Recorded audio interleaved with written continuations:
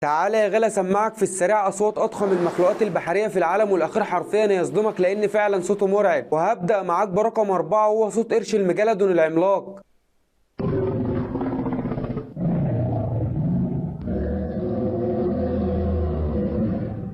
ونخش بعدها على رقم 3 وهو صوت حوت الأوركا القاتل.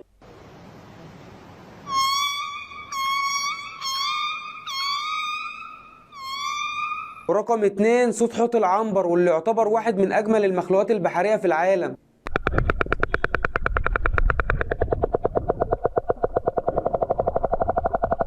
ورقم 1 والأخير صوت الحوت الأزرق، واللي يعتبر يا صديقي أضخم مخلوق بحري موجود لحد النهاردة على كوكبنا.